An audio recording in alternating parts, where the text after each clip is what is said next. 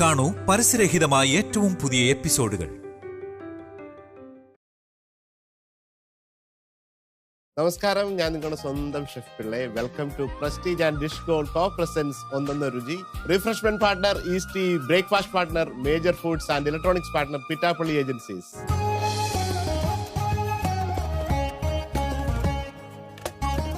എല്ലാ പ്രേക്ഷകർക്കും ഒന്നൊന്നൊരു രുചിയിലേക്ക് സ്വാഗതം.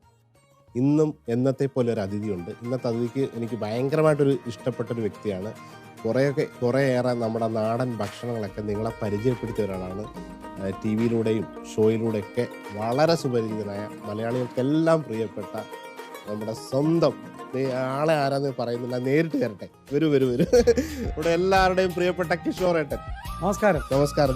കുറെ ഒരു യാത്രയായി കഴിഞ്ഞ് പെട്ടെന്ന് ഇദ്ദേഹത്തെ കൊണ്ടുവന്നതാണ്. ചേട്ടാന്ന് വിളിച്ചിട്ട് പ്രായം തമ്മിൽ ഈ പ്രായം കുറഞ്ഞെന്ന് അറിയിക്കുന്നതിന് വേണ്ടിയിട്ടാണ്. പിന്നെ പ്രശ്നമില്ല. തിരുവനന്തപുരം കൊല്ലമാണ്. അപ്പൊ നമ്മൾ പരസ്പരം അണ്ണ ഈ ഫോണിലൂടെ മാത്രമേ നമ്മൾ അത്യാവശ്യം പരിചയപ്പെട്ടിട്ടുള്ളൂ. കൂടുതലൊന്നും പറയുന്നില്ല, കാരണം ഒരു സ്പെഷ്യൽ റെസിപ്പി ചേട്ടൻ അന്നെ ഒരു സ്പെഷ്യൽ റെസിപ്പി അവിടെ യാത്ര കഴിഞ്ഞിട്ട് കിട്ടിയെന്ന് പറഞ്ഞു. ആ ഒരു സംഭവങ്ങളൊക്കെ നമ്മൾ റെഡിയാക്കുന്നുണ്ട്. അപ്പൊ എന്താണ്, എവിടെ നിന്നാണ് വരുന്നത്? ഞാൻ മസ്കറ്റ്. അപ്പൊ മസ്കറ്റിൽ പോയ ഏതോ അറബ് ഫാമിലിക്ക് വേണ്ടി മറുനാട്ടിൽ മലയാളി എന്ന് പറയുന്ന ഒരു സംഘടനയുടെ അവരുടെ ഒരു ഫാമിലി ഗെറ്റ് ടുഗദർ ഉണ്ടായിരുന്നു. അവർക്ക് വേണ്ടി നമ്മളിങ്ങനെ ചെയ്തപ്പോൾ അവരുടെ ഒരു സ്പോൺസർ അർബാബ് അവിടെ ഇരുന്നപ്പോൾ ഒരു പെട്ടെന്നൊരു സാധനം ചെയ്യാൻ പറഞ്ഞു. പിന്നെ പെട്ടെന്ന് കൈവാക്കി നമുക്കറിയാമല്ലോ, പെട്ടെന്ന് എന്ത് ചെയ്യാൻ പറ്റും പറഞ്ഞ പോലെ ഇങ്ങനെ കുറച്ച് എന്തുകൊണ്ടേലും അതിനകത്തൊരു സംഭവം ഉണ്ടാകും. അപ്പൊ അങ്ങനെ ഒരു സാധനം. അപ്പൊ ആ ചിക്കൻ കറി നമുക്ക് കാണാം.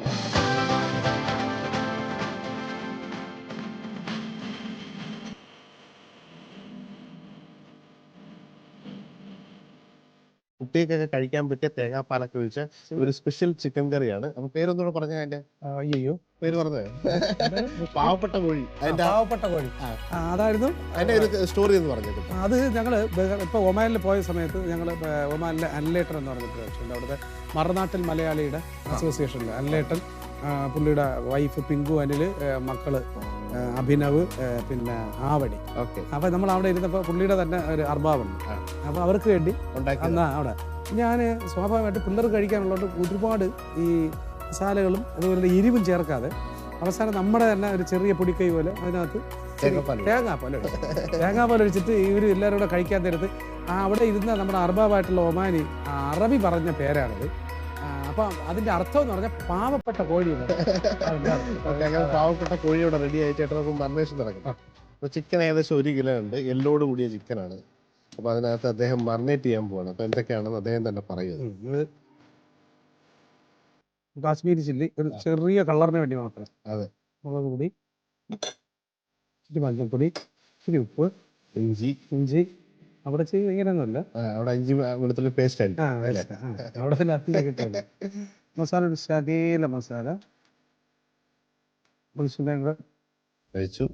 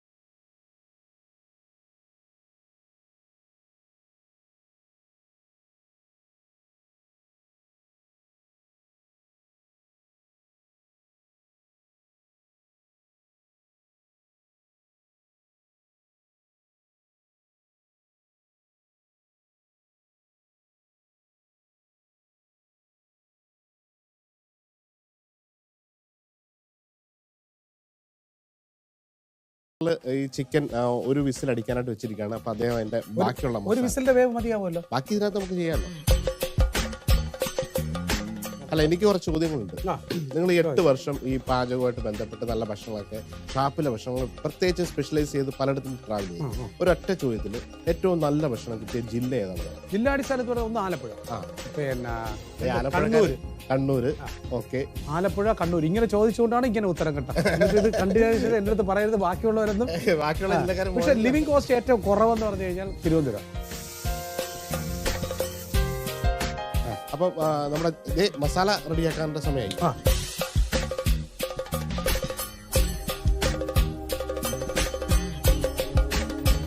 ഓക്കെ, ആദ്യം പച്ചമുളക്, തക്കാളി,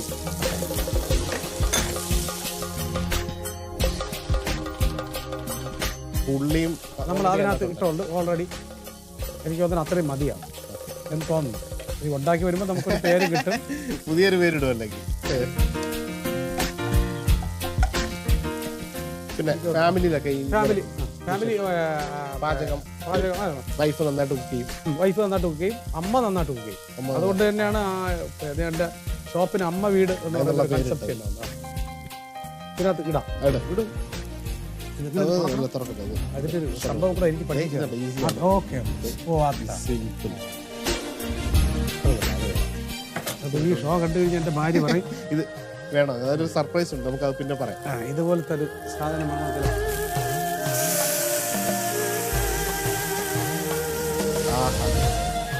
കറക്റ്റാണ് കേട്ടോ, അണ്ണം പറഞ്ഞ കറക്റ്റാണ്. ഒരു 1.5 വിസിൽ. അതെ. അപ്പൊ ഇതുവരെ ഉള്ള റെസിപ്പി ഒന്ന് നമ്മൾ റീക്യാപ്പ് ചെയ്യാണ്. ചിക്കൻ മറിനേറ്റ് ചെയ്ത് നമ്മളൊരു 1.5 വിസിൽ അടുപ്പിച്ച് വെച്ചു, വെള്ളമൊന്നും ഒഴിക്കാതെ. മുളക്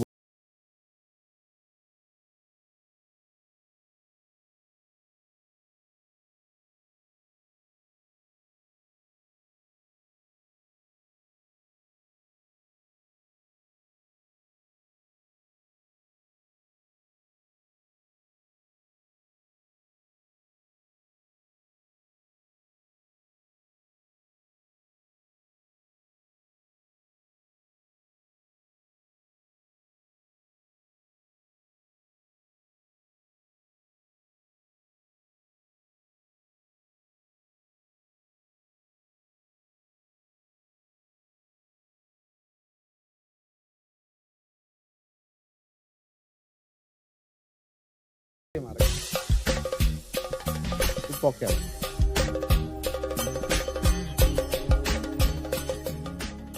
മതിയല്ലോ, മതി. സകല എരിവൊക്കെ പാലൊഴിക്കുമ്പോൾ ഒരു തുള്ളി മുമ്പോട്ട് നിൽക്കുകയാണ്. ഞാൻ പറഞ്ഞില്ല, അതുകൊണ്ടാണ് ഈ ഇന്റർനാഷണൽ സാധനം നമ്മൾ പിടിക്കാത്തത്. ഈ അണ്ണം പിടിക്കും പോലെ നമുക്ക് പിടിക്കാമല്ലേ. അമ്മ ഉണ്ടാക്കി തരുന്നതിന് ഏറ്റവും ഇഷ്ടപ്പെട്ടത് അമ്മ ഉണക്ക മീനും കപ്പയും. വാള, നമ്മളവിടെ വാള, ചുണ്ണാമ്പ് വാള എന്ന് പറയുന്ന സാധനം, അത് രണ്ടായിട്ട് കീറിയിട്ട് ഇതിന് ഉണക്കും. ഇതില് പച്ചത്തക്കാളി, മുരിങ്ങക്കോല്, വാഴയ്ക്ക എന്ന് പറഞ്ഞാൽ ഏത്തങ്ക, ഇത് രണ്ടും കൂടെ കീറിയിട്ടതിന് ശേഷം ഇതിൻ്റെ ഒരു വലിയ റെസിപ്പി ഉണ്ട്. വാളംപുളിയും തേങ്ങയും കൂടെ ഒരുമിച്ച് അരയ്ക്കും. ഒരുമിച്ച് മറ്റേ കല്ലിൽ അരച്ചതിന് ശേഷം ഇത് അടച്ച് വെച്ചിട്ട് ഇത് വേവിച്ചിട്ട് ഇത് തിള വരാൻ നേരത്ത് ഇതൊന്ന് പൊക്കണം. ആ പഞ്ചായത്ത് ഫുള്ളറിയും ഇവിടെ വാള കരുവാട് വെച്ചത്. നമ്മൾ കരുവാടെന്നാ പറയുന്നത്, ഉപ്പ് കരുവാടെന്ന് പറയും. പക്ഷെ ഇവരിപ്പോ പറഞ്ഞല്ലേ, ഈ മുരിങ്ങയ്ക്ക എന്ന് പറഞ്ഞ തിരുവനന്തപുരംകാരുടെ മീൻകറിക്കകത്തുള്ള ഒരു സാധനം. ഞാൻ ഈ റെസിപ്പിയൊക്കെ ഇടുമ്പോ പറയും, നിങ്ങൾ എന്താ മീനിന്റെ സാമ്പാർ വെച്ചെന്നൊക്കെ പറഞ്ഞ് കളിയാക്കും. ചെമ്മീൻ മുരിങ്ങയ്ക്കൊക്കെ പറഞ്ഞിട്ട് നിങ്ങൾ സാമ്പാറിനാണോ ഇത്? പക്ഷെ ഉണ്ടാക്കി കഴിച്ചു കഴിഞ്ഞവര് അഭിപ്രായം മാറ്റും. തിരുവനന്തപുരത്ത് മീൻകറിക്കകത്ത് മുരിങ്ങക്കാൽ ഇട്ടില്ലെങ്കിൽ അടി ഉറപ്പാണ്. അത് പിന്നെ അടി വരാത്തത് ഈ മീൻകറി ഒന്നും കല്യാണത്തിനില്ല. മീൻകറി കല്യാണത്തിന് ആ ഐറ്റം ഉണ്ടായിരുന്നെങ്കിൽ ചിലപ്പോ ഈ പപ്പടത്തിനൊക്കെ അടിയുള്ള പോലെ അങ്ങനെ ചിക്കൻ കറി റെഡിയായി. കുറച്ച് തേങ്ങയുടെ 1-ാം പാലൊഴിച്ച് കൊടുക്കുകയാണ്. ഇനി ആ നിറമൊക്കെ ഒന്ന് മാറി, ഇനി ആ പാലൊന്ന് കുറുകി ചാറുമായിട്ട് വറ്റി വരുമ്പോഴത്തേക്ക് വിചാരിക്കണ്ട, വന്നു കഴിഞ്ഞു, സംഭവം സെറ്റാണ്. ആ ചെറിയ ഉള്ളിയൊക്കെ കുക്കായിട്ട് ചിക്കൻ ഇതാണല്ലോ. അതിനകത്തൊരു മുഴുവൻ ഉള്ളി വേണം, പെട്ടെന്നായി ഒരു 1 ഷോട്ട്. നമ്മൾ എടുത്തത് എല്ലാം ലൈവാണ്. നമ്മൾ ഈ വർത്താനം കൂടെ കുറച്ച് കഴിഞ്ഞാൽ കുറച്ചുകൂടെ നേരത്തെ ആവുമായിരുന്നു. നമ്മൾ ഒത്തിരി നേരം വെയിറ്റ് ചെയ്ത്.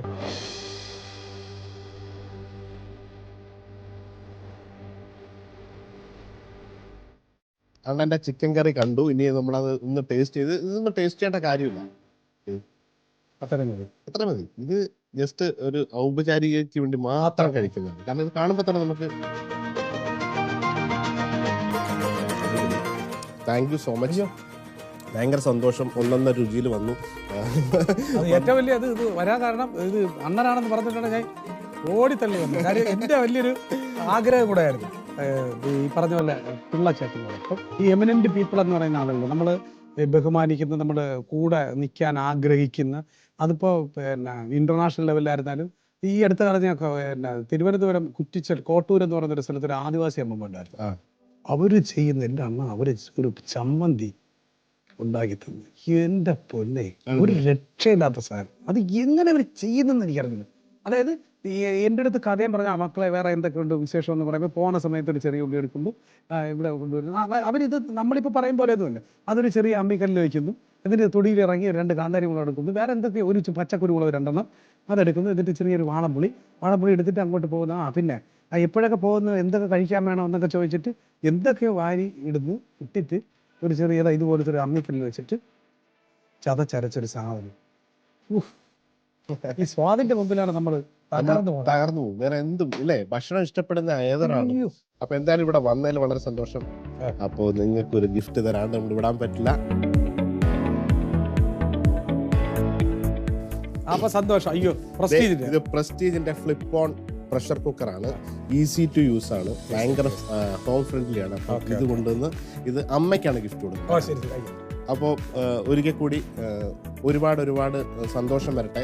വലിയ സന്തോഷം എല്ലാവർക്കും. ഒരു എന്തായാലും അമ്മയുടെ നമ്മുടെ ഉണക്കമീനും കപ്പയും കഴിക്കാൻ. അപ്പൊ അമ്മ ഉണക്കമീനും കപ്പയും കഴിക്കാൻ പിള്ളച്ചേട്ട അവിടെ വരുന്നുണ്ട്. ഉറപ്പായിട്ടും വരും. അമ്മ എനിക്കത് ഇദ്ദേഹം പറഞ്ഞ് നമ്മളെ കൊതിപ്പിച്ചു. അത് കഴിക്കാനായിട്ട് എന്തായാലും തിരുവനന്തപുരം അത്ര ദൂരമല്ല, എന്തായാലും വരും. സന്തോഷം.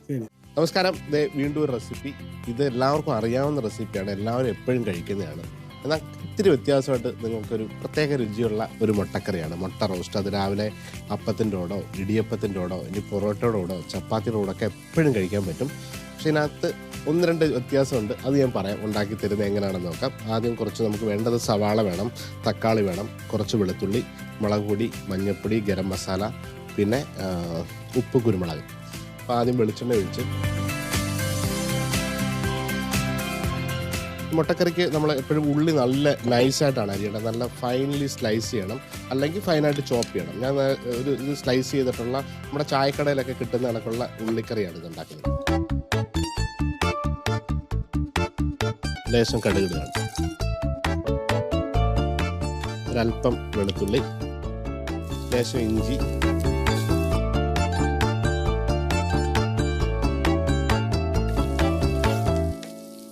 അത്യാവശ്യം നന്നായിട്ട് വഴറ്റിയിട്ട് ഇതിനകത്ത് മസാല ഇട്ടിട്ടാണ് നമ്മൾ തക്കാളി ഇടുന്നത്. അപ്പോൾ തക്കാളിയും ഇതുപോലെ തന്നെ ഫൈനലി സ്ലൈസ് ചെയ്ത് ഉള്ളിയും തക്കാളിയും നന്നായിട്ട് വാടി വരുമ്പോഴാണ് ഈ മുട്ടക്കറിക്ക് നല്ല ടേസ്റ്റ് വരിക.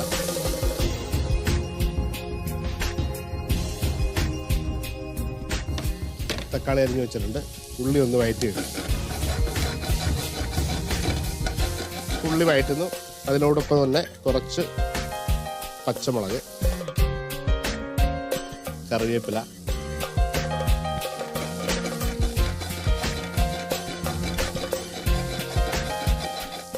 ഉള്ളിയോടൊപ്പം തന്നെ നമ്മൾ ആവശ്യത്തിനുള്ള ഉപ്പിട്ട് കൊടുക്കുകയാണ്.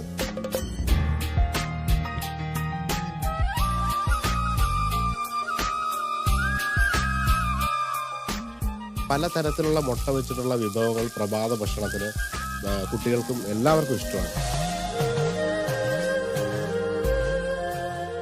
മസാല ഒന്ന് റോസ്റ്റ് ചെയ്യാനായിട്ട് ഉള്ളിയൊക്കെ ഒന്ന് അതിൻ്റെ പാൻ്റെ സൈഡിലേക്ക് മാറ്റി ഈ മധ്യഭാഗത്തിട്ട് മസാല ചേർക്കാം. മസാല അധികമില്ല. മുളക് പൊടിയും മഞ്ഞൾപ്പൊടിയും, ലേശം മഞ്ഞൾപ്പൊടി, കുറച്ച് ഗരം മസാല, ലേശം കുരുമുളക്. ഇതൊന്ന് ജസ്റ്റ് റോസ്റ്റ് ചെയ്തു ഉള്ളിയിലേക്ക് ചേർക്കാം.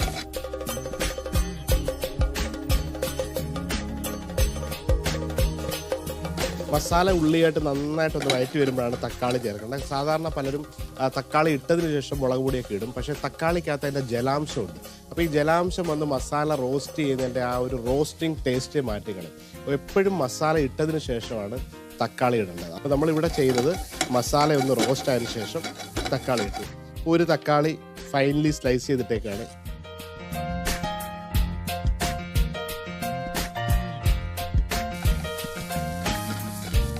ഉള്ളിയും തക്കാളിയും അത്യാവശ്യം ഒന്ന് വാടി വരുന്ന സമയത്ത് നമ്മളിതിനകത്ത് ഞാൻ പറഞ്ഞൊരു സ്പെഷ്യൽ ടേസ്റ്റിന് വേണ്ടിയിട്ട് ഒരു സംഭവം ചേർക്കാറുണ്ട്.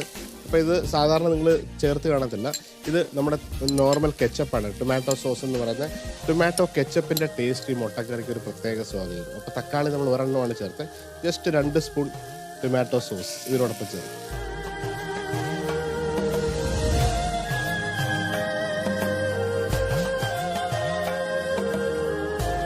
ഉള്ളിയും തക്കാളിയും ടൊമാറ്റോ സോസും മസാലയൊക്കെ നന്നായിട്ട് ഇതിനകത്ത് ചേർന്ന് യോജിച്ച് വരുന്നതിന് ശേഷം കുറച്ച് സോസ്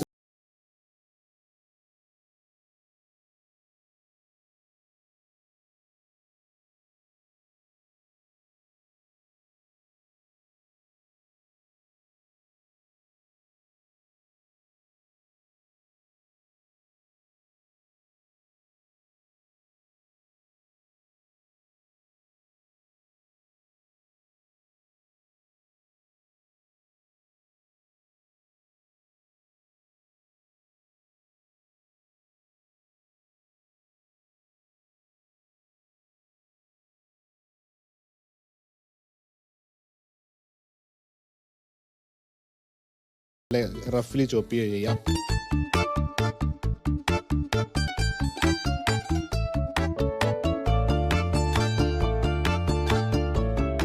പത്ത് മിനിറ്റ് കൊണ്ട് ഈസി ആയിട്ട് മുട്ട റോസ്റ്റ് റെഡിയാക്കിയത്.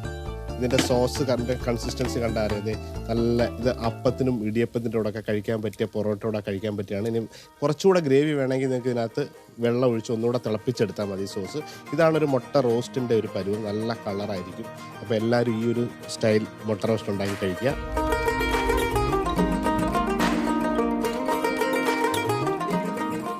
നമസ്കാരം, ഞാൻ ആതിര ശ്രീകുമാർ. ഞാൻ ട്രിവാൻഡ്രത്ത് നിന്ന് വരുന്നു. ഇന്നിവിടെ തയ്യാറാക്കാൻ പോകുന്ന വിഭവം ചെമ്മീൻ കപ്പ കട്ട്ലൈറ്റ് ആണ്. അപ്പോൾ നമുക്കത് എങ്ങനെയാണ് തയ്യാറാക്കുന്നതെന്ന് നോക്കാം. അപ്പോൾ ആദ്യമായി നമുക്ക് പാൻ അടുപ്പത്തേക്ക് വയ്ക്കാം. പാൻ ചൂടായി കഴിയുമ്പോഴേക്കും അതിൽ ഓയിൽ ഒഴിച്ചു കൊടുക്കാം. ഇനി നമുക്കിതിലേക്ക് പെരുംജീരകം ചേർത്ത് കൊടുക്കാം. പെരുംജീരകം ചെറുതായിട്ടൊന്ന് മൂത്ത് വരുമ്പോഴേക്കും നമുക്കതിലേക്ക് ഇഞ്ചി നുറുക്കിയത് ചേർത്ത് കൊടുക്കാം. ലേശം വെളുത്തുള്ളി ഇട്ട് കൊടുക്കാം.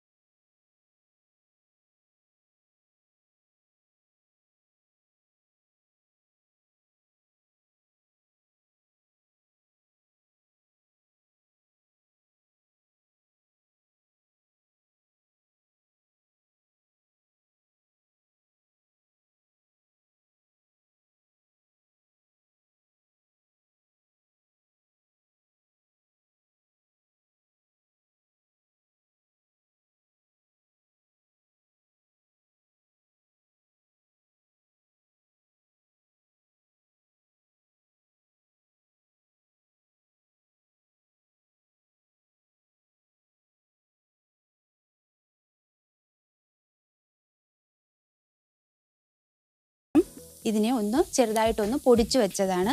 അത് നമുക്ക് ഇതിലേക്ക് ചേർത്ത് കൊടുക്കാം. നന്നായിട്ടൊന്ന് മിക്സ് ചെയ്തെടുക്കാം.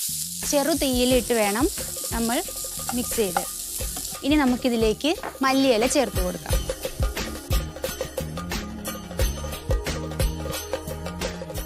ഇനി നമുക്കിതിലേക്ക് ചേർക്കേണ്ടത് പുഴുങ്ങി വച്ചിരിക്കുന്ന കപ്പയാണ്. അതുകൂടി ചേർക്കാം.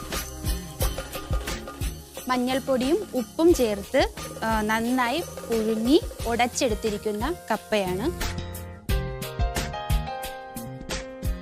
ഈ ടൈമിൽ നമുക്ക് തീ ഓഫ് ചെയ്യാം.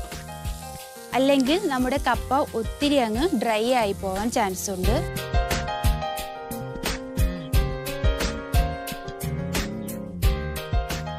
അപ്പോൾ നമ്മുടെ കപ്പയും ചെമ്മീനും മിക്സ് ആയിട്ടുണ്ട്. ഇനി നമുക്കൊന്ന് തണുക്കാനായിട്ട് മാറ്റി വയ്ക്കാം.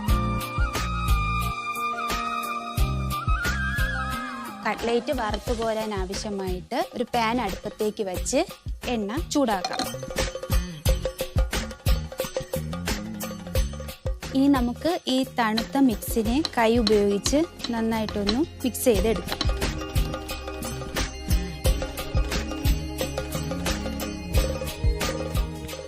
ബോളാക്കിയതിന് ശേഷം നമുക്ക് കട്ട്ലേറ്റിൻ്റെ ഷേപ്പിലാക്കിയെടുക്കാം.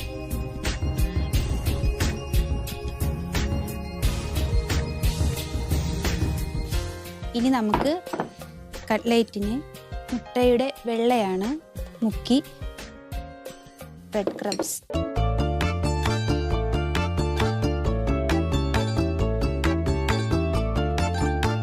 അപ്പോൾ എണ്ണ ചൂടായിട്ടുണ്ട്. നമുക്ക് കട്ട്ലേറ്റ് വറുത്തു കോരാം.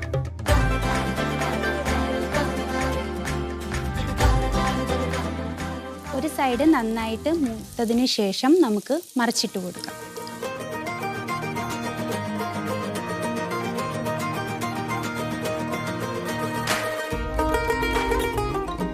അപ്പോൾ നമ്മുടെ കട്ട്ലേറ്റിൻ്റെ 2 വശവും നന്നായിട്ട് ഫ്രൈ ആയിട്ടുണ്ട്. ഇനി നമുക്ക് പ്ലേറ്റിലേക്ക് മാറ്റാം.